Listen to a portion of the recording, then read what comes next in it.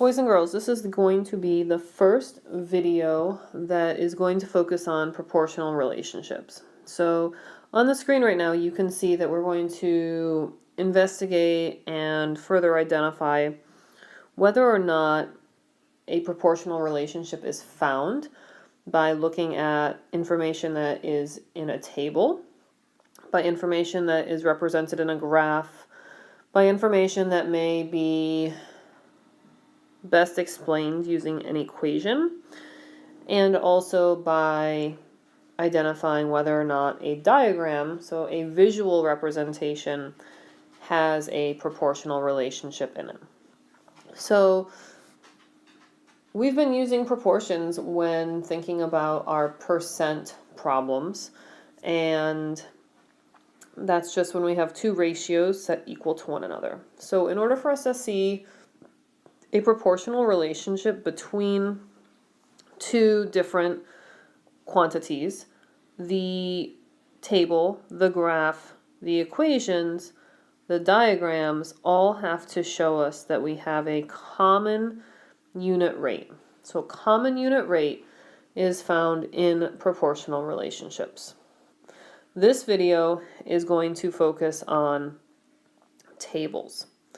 So for the rest of the slides, we're only going to be looking at tables and determining whether or not that table shows the two quantities having a common unit rate, therefore being proportional.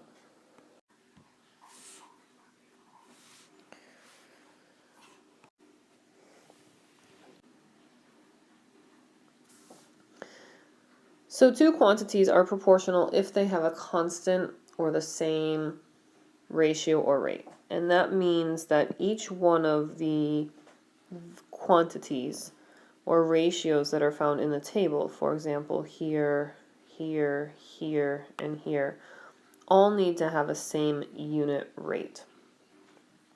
So in order to determine if the table is proportional, we need to test each ratio in that table. So the table that we're looking at says number of days compared to hours worked. And so this is kind of a running total table, right? So day 1, it's a total of 6 hours worked.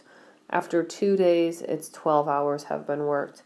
After 3 days, it's 18 hours have been worked. And after 4 days, it's 24 hours worked. So that doesn't mean that on day 4, the person worked 24 hours straight. That's just that kind of cumulative idea. But in order to determine whether or not the person worked the same number of hours each day, we need to determine the unit rate and then determine if that unit rate is the same for day 1, day 2, day 3, and day 4. It's really important that you test all of the ratios in a table, because if you don't, then you may determine that a table is proportional when it's really not, or you may determine that it is not proportional, and that's more so due to the fact that you've made a mistake with your math. So it's really important to check and double check your math when trying to determine if any of these types of relationships are proportional, not just in graphs, not just in tables, but graphs, equations, and also diagrams. So with this particular table, we're looking at number of days and hours worked. And we have to keep in mind that when we look at this table, sometimes it's going to make more sense to set up our ratio so that it's not necessarily the first value in the table. Not necessarily this value in the table needs to be our numerator, but instead this value needs to be our numerator. Okay, so what I mean by that is it actually makes more sense for us to have hours worked compared to number of days. Okay, and so we're going to set each of these ratios, each of the ratios, meaning we're going to set this ratio and find a unit rate. So let's just go ahead and do that quickly. So this says hours worked. Oh no. hours worked, 6 hours worked, 1 day. Well, you know what? That's automatically a unit rate. Okay, so as we look at this now, we're hoping that the rest of the table gives us 6 hours worked for every 1 day. So I'm just going to kind of write that so that we don't forget. 6 hours per day is the unit rate according to this value in our table. So if I go on to the next one, now I'm looking at 2 days and 12 hours. Okay, so 12, I did it again. You guys understand what I'm trying to do. So we have 12 hours over 2 days. Okay, so that's going to equal 1 day. And we hopefully can see that if we go 2 days to 1 day, we're going to divide this numerator by 2, giving us 6 hours per day for the second value in our table. So I'm going to put a check there because that works. We'll go on to the third one. We have 18 hours for 3 days. Okay, checking for a unit rate. I want that to be how many hours in 1 day. So divide by 3, I get 6 hours per day. Looking good. All right, and most of you have probably looked ahead to see that that last value is 24 hours over 4 days would equal something compared to 1 day. 4 divided by 4 is 1 day, so 24 divided by 4 gives us 6 hours per day. Okay, so this table shows a proportional relationship. And once you've identified that there's a proportional relationship, then they often say, well, what is the unit rate? So we would be able to say that the unit rate here is 6 hours worked for each day of work, or each day that we're counting in this particular table. All right, so this table is showing us time in hours and distance traveled in miles. So you may be inclined to try to say that we're going to find these unit rates saying time compared to distance. But that's going to tell us how long it takes for us to travel 1 mile as that unit rate. So we don't really want to have that, okay? The better way for us to describe this unit rate would be able to say distance compared to time, which in this case is going to be those miles compared to hours. Okay, so as I take a look at this table, I am going to move it down just slightly and slide this up here. I'm going to start to determine, do each one of these have the same unit rate? Okay, so distance, 90 miles compared to 2 hours of time is going to give me 1 on my bottom and x. Okay, so this is the same process, but this is pretty easy here. I know that if I divide both of these by 2, I will get an answer. Some of you may be more comfortable doing cross multiplication and division, and that's completely fine. But I know here that this is going to give me 45 miles traveled in 1 hour of time. Okay, now notice on this table, the table doesn't give me 1 hour, okay? So I need to check these other 3 to determine, do all of them simplify or all of them have that same unit rate of 45 miles for each hour? Okay, so now let's check the next one. We have 135 miles over 3 hours is equal to x over 1. So again, I can divide both by 3. Okay, and hopefully I will notice that this does give me that 45 miles. You can use a calculator, of course. 45 miles for 1 hour. Okay, So it's looking pretty good. So I'm going to slide my table down again, move this up a bit more, and go ahead and test the next value.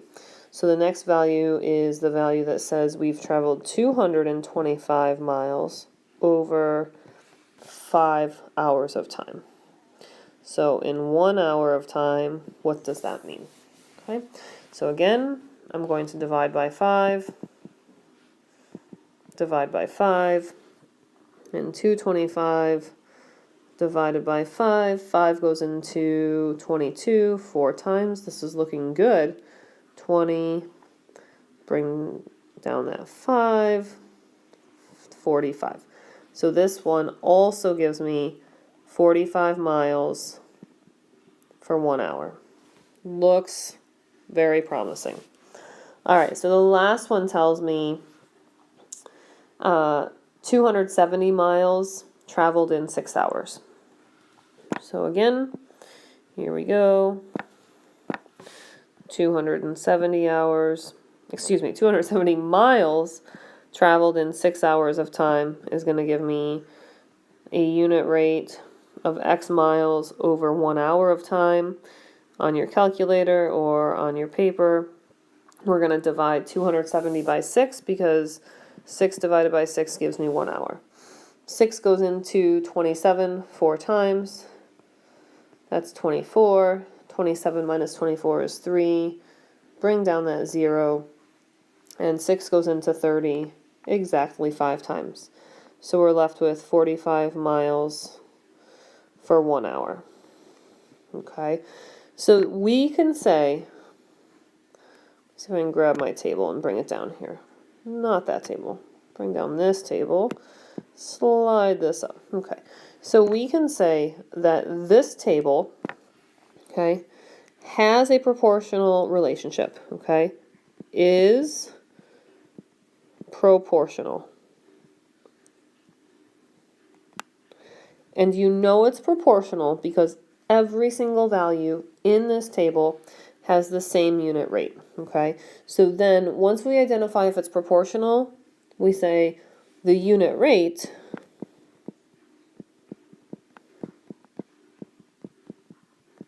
is, and we calculated that to be 45 miles per hour of time. All right, so now let's go on and do a couple more, and hopefully as we do this, you will see that as long as you check every single value in the table, okay, and that means this way, going between the two quantities, if it's proportional, then you just have to identify the unit rate. And if there's no constant unit rate, then it is not a proportional relationship. With this next table, it shows movie downloads. It gives us the number of movies downloaded, and it gives us the cost in dollars. So I would start by looking at this problem and identifying that if this is going to be proportional, each one of these ratios has to give me a unit rate that gives me $3. That's not very easy to read. That gives us $3 per one movie. So if I take a look at this, I notice that right away that second ratio isn't going to give me a $3 per one movie rate. So I'm pretty confident that I can tell you right now that this is not proportional. Not proportional means that there is no unit rate. Okay? Because $5 for 2 movies gives me a unit rate of $2.50. And for the next set of information, I have $7 for 3 movies. That's going to give me $2.33 for each movie. And then for the last one, I'm going to see that it's $9 for 4 movies. That's going to give me one movie being $2.25. So this table is not proportional and it does not have a unit rate. However, you would say it does make sense for me to download more movies than just one, because as I increase the number of movie downloads, the price per movie decreases. Okay, so there are a few things we can take away from this. Even though it's not proportional, it may be advantageous to you to download more movies in terms of saving money. Let's take a look at this problem. So this is talking about our resting heart rate.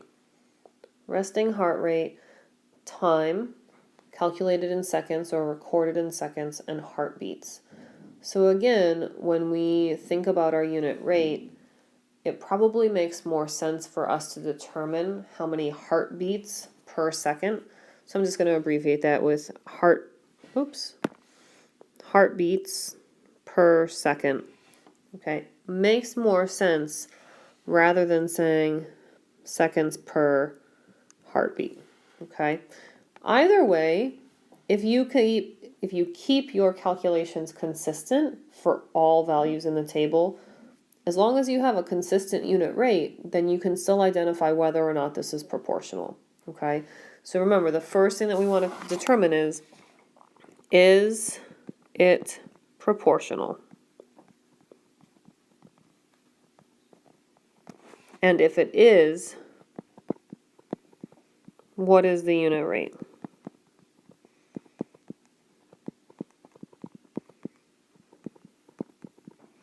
Okay, so that's our focus for each one of these tables that we take a look at. Okay, so if I move my table, well, that's not really what I want to move. I want to move my table.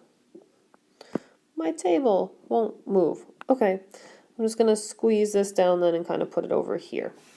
So if I start my table and think about heartbeats per second over time, heartbeats over time. So I'm going to start with heartbeats over seconds is equal to 6/4. Heartbeats per second is equal to 9/6. And heartbeats per second is equal to 15/10. And heartbeats per second is over 18/12. Okay, so each one of these is set equal so that we can determine if we have the same unit rate. Okay, so as I look at this, I'm going to divide by 4. And 6 divided by 4. So quickly, okay, you can identify 6/4 is really just 6 divided by 4. So if I have to divide by 4 here, I'm going to make this 6/4. I notice it's improper, so I'm going to say 1 2/4. I notice that can be simplified yet again to give me 1 1/2. 1 1/2 heartbeats per second. So I'm just going to kind of circle that and hope that as I go through the rest of these, it works. You don't have to do them in order. So I'm going to jump over to 18 heartbeats in 12 seconds. In order to go from 12 to 1, I'm going to divide by 12.